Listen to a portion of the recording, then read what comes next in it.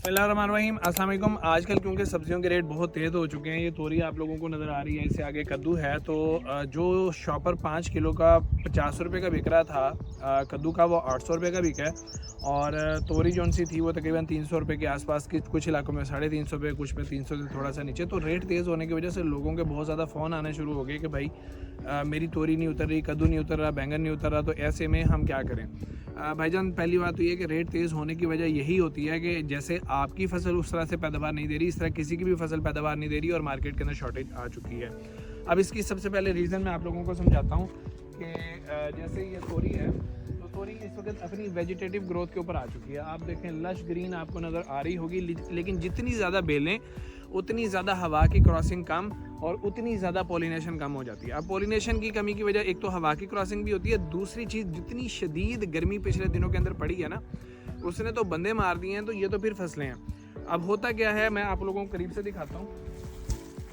अब जैसे ये जितने भी फूल आप लोगों को नज़र आ रहे हैं ना, इन फूलों का एक्चुअली कोई फ़ायदा नहीं है। मतलब फ़ायदा इन सेंस के इससे फल नहीं बनेगा। ये सिर्फ मेल फ्लावर है, इसके अंदर किरदार सिर्फ ये है कि मक्खी ने आना है, उसने इसका जब रस चूसना है तो उसकी टांगों के ऊपर इस पे मौजूद जरदाना लग जाएगा। अब वो जरदाना इससे लेके जब किसी फीमेल फ्लावर के ऊपर जाएगा, अब यहाँ पे आप अगर देखें ना तो आपको नई शूट्स बहुत ज़्यादा नज़र आएंगी, मक्खियाँ भी फिरती हुई नज़र आएंगी, लेकिन आपको फीमेल फ्लावर बहुत ज़्यादा कम नज़र आएगा क्योंकि पौधा इस वक्त वेजिटेटिव ग्रोथ के ऊपर चला गया है। जब वो फ्रूटिंग ग्रोथ के ऊपर आते हैं ना तो आपको फीमेल फ्लावर बहुत ज़्यादा नज़र आते हैं। अब ये एक फीमेल मुझे नज़र आया है, लेकिन ये छोटा है और शदीद गर्मी की वजह से ये झड़ भी जाएगा।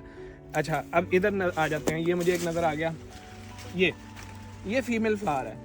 अब नर फूल से इस शहद की मक्खी ने जरदाना लेके जब इसकी पोलिनेशन करनी है ना, तो उस वक्त जोन सा है ना, इस तोरी ने डेवलप होना है, वरना इस तोरी ने यहीं पे सूख जाना है। अब हो क्या रहा है कि शदीद गर्मी की वजह से जो पोलन है वो जल जाता है और शहद की मक्खी के पाँवों पर लगता ही नहीं है, या उतनी मिकदार में नहीं लगता जिससे पोलिनेशन हो सके। अब इससे बचाव कैसे हो सकता है?